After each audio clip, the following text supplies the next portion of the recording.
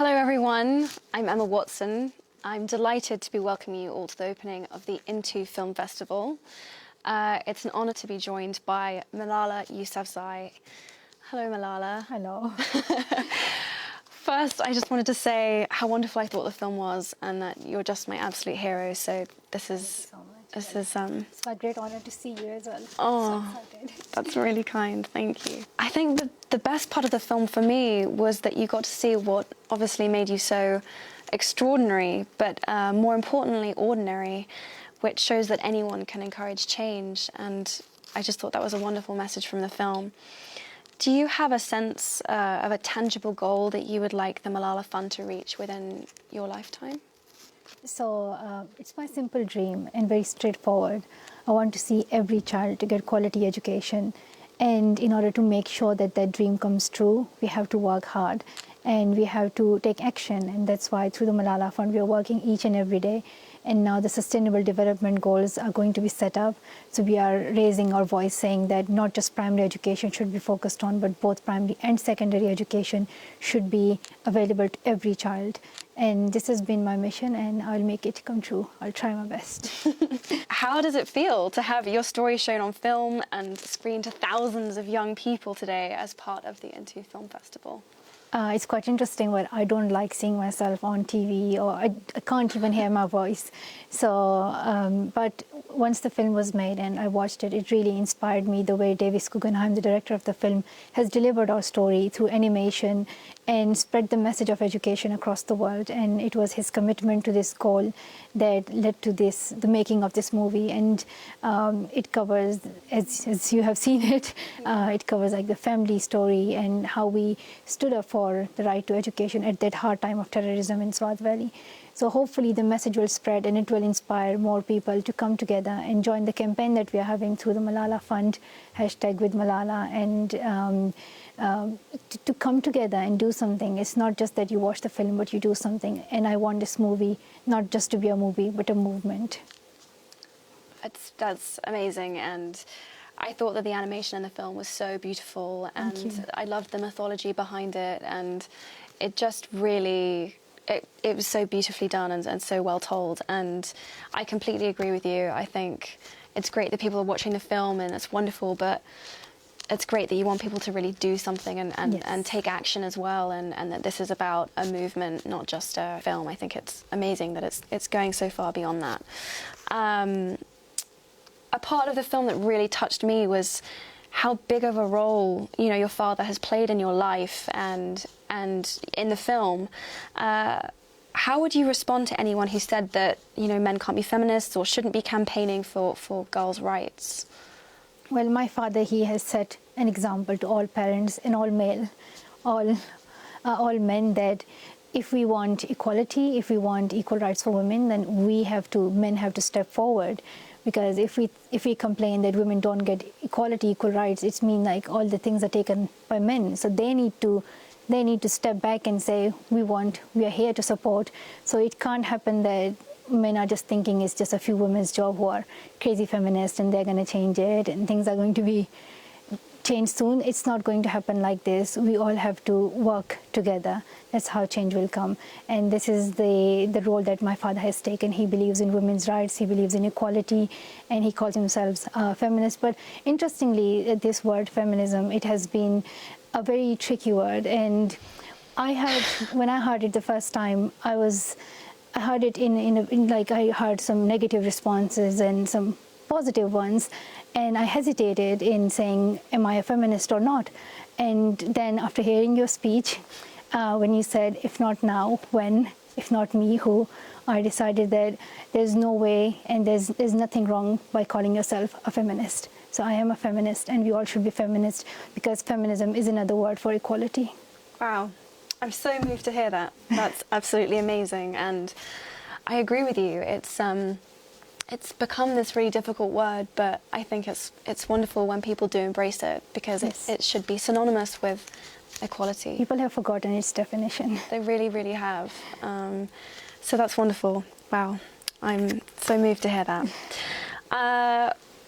Well, it's kind of a similar question, but what would you say to people who argue that religion and educating women are at odds? I thought, again, it was so wonderful in the film to show how important your faith and your spirituality were in giving you strength to do the work that you do.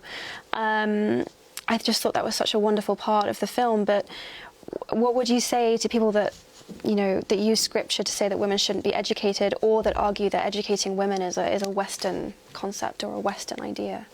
I think people fail to understand religious beliefs, especially when it comes to Islam.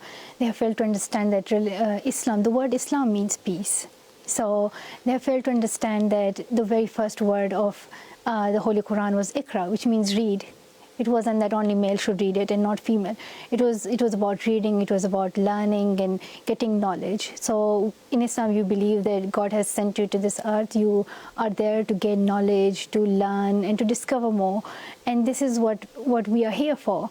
And so people have just misinterpreted the religion. And for me, Islam is a religion of peace, which is for the goodness and of whole humanity, and it's for the brotherhood, kindness, patience, love for each other. And I don't know why, like, people just go crazy and kill each other and start terrorism. Just live a better life and be kind. Why is it so hard to love each other? That's amazing. And yes, I completely agree. In terms of brothers, it's different, because I have two brothers and we are never good to each other. We fight. That's a separate case, but overall, I can relate. I actually have brothers. There's a lot of fighting that goes on. It's not very peaceful.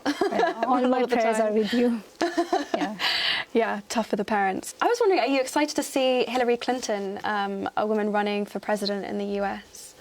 Well, I don't really have any views about, like, I don't really know. I haven't really decided on which political side I am in America. I'm not. But I really think America needs a woman president. That's what I think. I agree with this. Very trivial question compared to some of the others, but I had to ask. That really, really bright pink colour that you wear, it's one of my absolute favourite colours, and I see you with it a lot, and I wondered if it was lucky or if it had any sort of special meaning to you. I don't know. But I have always liked pink colour, and when I was going to the UN speech, I wore pink that day. I don't know why. And so yes, and now the film is all pink, orange too. and pink. So pink is everywhere. Yeah, yes, must be a thing. I feel it's nice because I get the impression that you're someone who is generally sort of, shy, that is struggling with all of the attention that's being thrust on her. But I thought it was wonderful that you'd chosen this bright colour, which meant that you wanted to be seen and you wanted to spread your message in spite of that. And I thought that was wonderful. Thank you. As a big book fan, I have to ask you, what was your last favourite book? Was there anything that you read in the last year that you just fell in love with? Right now I'm reading A Thousand Splendid Suns by Khalid Hosseini, and it's just beautiful. Everyone should read it. It's a wonderful book. I've also read this book. It's an amazing book. I just can't explain it. It's like the best book. Read it. I was curious what the thing you found the strangest about England compared to Pakistan was or would be. So in our books we studied that there are 4 seasons, and in Pakistan we had 4 seasons, but in the UK I just found there was 1 season, and it was always winter. That was quite surprising. Then another surprising thing was that in the UK people follow traffic rules. Which is quite surprising in our country. Maybe in a few cities people are nice, but in the rest of the country no traffic rules at all. So that was quite surprising. But then more than that, it's the love of people and how they have given so much support. And I have never felt like being from another country. It's just, I have so many friends here, and all the teachers in my school, they have been supporting me and keeping me like a normal girl. And that's what's really good. And I love it. Yeah, I'm going to stay here. Okay, I'm glad to hear that. I'm really glad to hear that. Because I know you have to deal with being famous, and I was going to ask you what I sometimes get asked, which would be what you would do if you could be anonymous for a day. And then it stopped me dead in my tracks, because I realised exactly what you would do, and it really struck me, what you've sacrificed for your ideals and your dream and this movement, and it made me really emotional, actually. And so I just wanted to thank you again for being who you are. Thank you. And for being so brave. So other than going home, is there anything that you like the idea of doing if you had magical powers and you could be invisible for a day, what you would do? Well, I haven't gone back to Pakistan for 3 years since the attack, and I would love to go back to my country. And it's just to achieve the goal I have, because sometimes people feel like I've got the Nobel Peace Prize and the book and the film they are released, and like there's nothing else that I need. But people fail to understand that my goal, which is to see every child going to school, hasn't been achieved yet, and that's what I want to see come true. And it's really important that we come together and we support each other. This is about the future of all those 66 million girls who cannot go to school right now. It's about our future. It's going to affect every one of us. If so many children are out of school, they don't get education, and they have, girls especially, they have potential, they can contribute to society. If you are stopping half of the population not to come forward, how can you think of progress and achievements? So it's important that we think it's our responsibility to participate actively in bringing change. It's we who can bring change. 66 million girls is such a huge number. It's such a massive number to think about that can't go to school at the moment. So those are my questions. And I know that very sweetly we have questions from members of the audience, which is brilliant. So I'll stop taking up all of the time. Why is it important for girls and boys to be treated equally? And this is from Grace Dane at Mill Primary School in Leicester. I think it's that to treat everyone as a human being, and just because your gender is different does not mean that you should be treated differently and you should have certain jobs and you shouldn't have certain things in your life. That's like you challenge that very concept of inequality based on your gender. Your gender should not be it should not create any difficulty in the choices that you make. It's a very simple thing. Like, it's about equality, it's about feminism, it's about saying that we're all human beings. Why you separate us just because our gender is different? Absolutely agree. Which of your teachers inspired you the most? And this is from Delano in Manchester. I should say, like, my father was a teacher and he inspired me. But your parents can be your teachers, and it's like the first stage when you start learning. But also, I love all my teachers, like here in the school in the UK, and all my teachers in Pakistan school. I just love all my teachers. I'm really scared of teachers as well. Yeah. Okay, yeah. So love and fear, yes. both together. Yeah. That's good.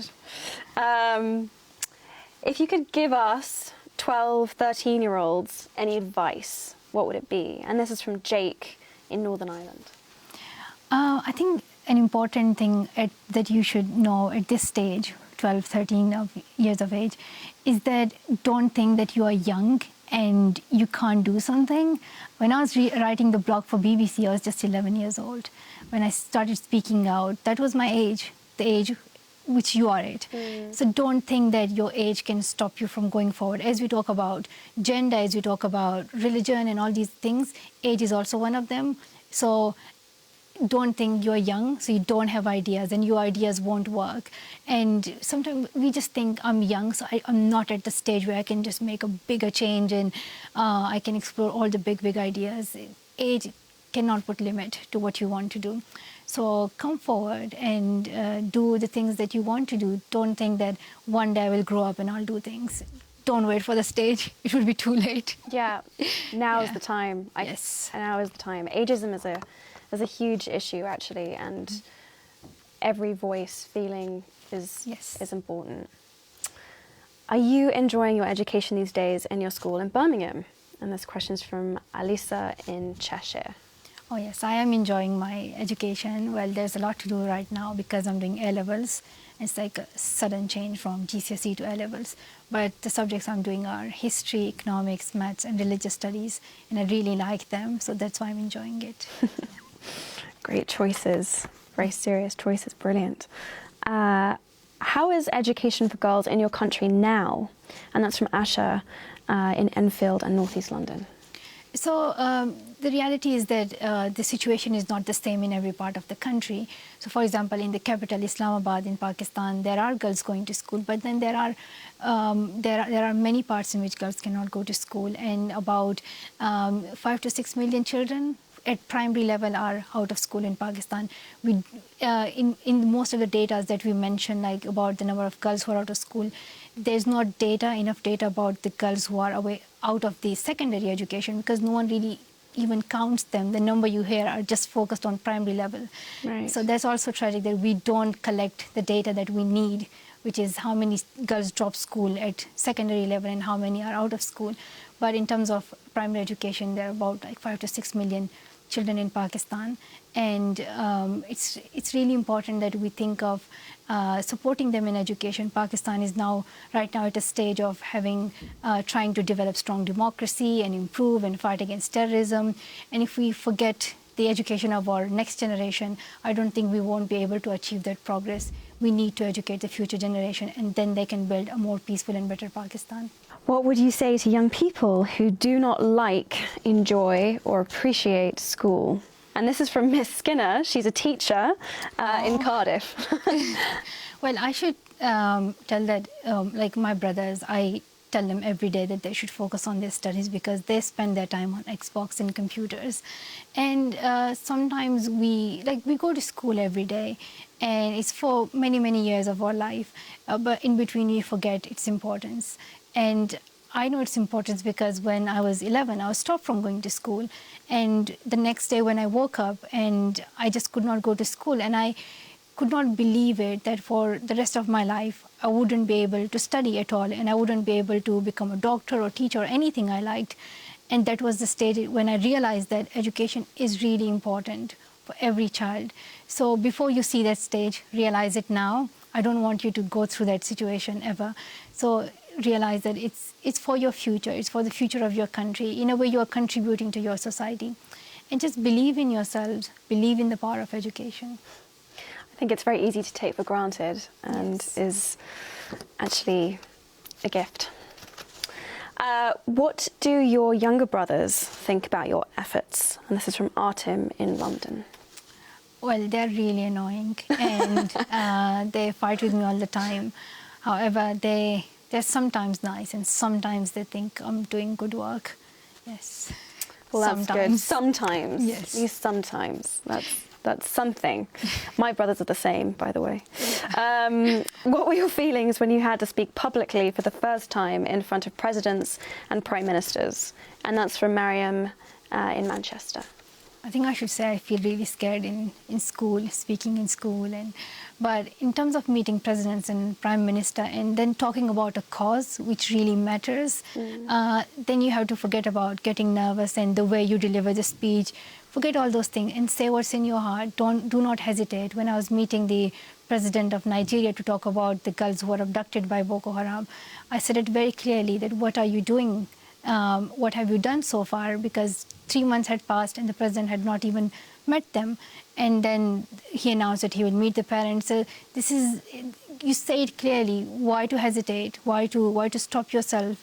And like if it was meeting the president of America, Barack Obama, or anyone, I say things very, very clearly because it's not for me. It's for children and their future. It's great that you see it as something which isn't. It's personal, obviously, but it's so much bigger than that. Yes. And you use the power and the strength of that to really, push away any nerves, which is great. How did you find the filmmaking process, and what did you learn from it? That's from Olivia in East Lothian. It was very long. It covered the 2 years journey of my life, and like going to Jordan and to speak out for the Syrian refugee children, going to Nigeria and Kenya and giving speeches, meeting world leaders, which also tells the story of our family. So it was a great experience working together with Davis Guggenheim, and at the end I didn't know what am I going to see at the end, and the way that he made it was very beautiful, especially the animation. Because I was wondering how is he going to tell the story of my father, my mother, and our past, and he has done it very well. What do you plan to do next to further promote equality? And that's from Mavis in Middlesex.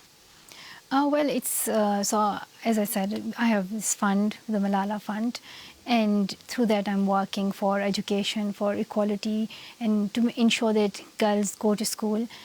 But like, how many schools can I build? I can either build 9, 10 schools, and it's all through your support, through your donations that we build schools. But then we need our leaders to take action. We need every one of us to come forward. It's not just a few NGOs who have to do this work. It's each and every one of us who have to come forward and contribute to it, from world leaders to parents to civil society to everyone, even to you. Even if you are 11 or 12, don't think you can't do it. You all have to come forward and participate in it. And now it's time that we ask our governments where the money is spent. We give taxes, we expect something from our governments, and now it's time that we stand up and look where the money goes. Is it spent on education? If not, why not? And why are our governments not willing to help children's education, especially in conflict zones right now in Syria, where 2 million children are now refugees and they're out of school. And it's important that we raise this issue, this point. Otherwise, things won't change. It will just remain the same.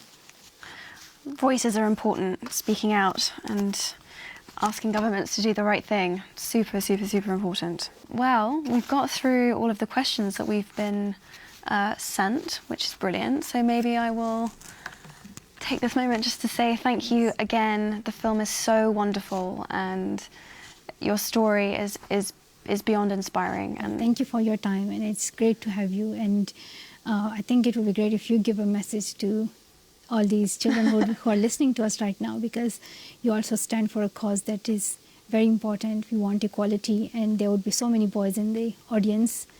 Yes. Yeah. Boys in the audience, specifically. I work for a cause called He for She. If you haven't signed up yet, then that would be wonderful. But we really need you as the next generation to extend a hand to the girls and the women in your life, and to include them, and to make sure that they can live their lives without discrimination, and that they have access to the same opportunities that you do. And you're in a unique position. You have a unique opportunity to do that, to support the girls and the women in your life. And if you have the chance, if moments are presented to you, do speak up, do raise your voice. Your support could literally change a girl's life, could change someone's life. And you know, gender equality is something that will affect your life too, as men and as boys. And it's just an issue that I believe about so passionately, and any of your help or support is greatly, greatly appreciated. And thank you so much. Thank you. Thank you, Malala. Well, thank you. Thank you. Nice to talk to you.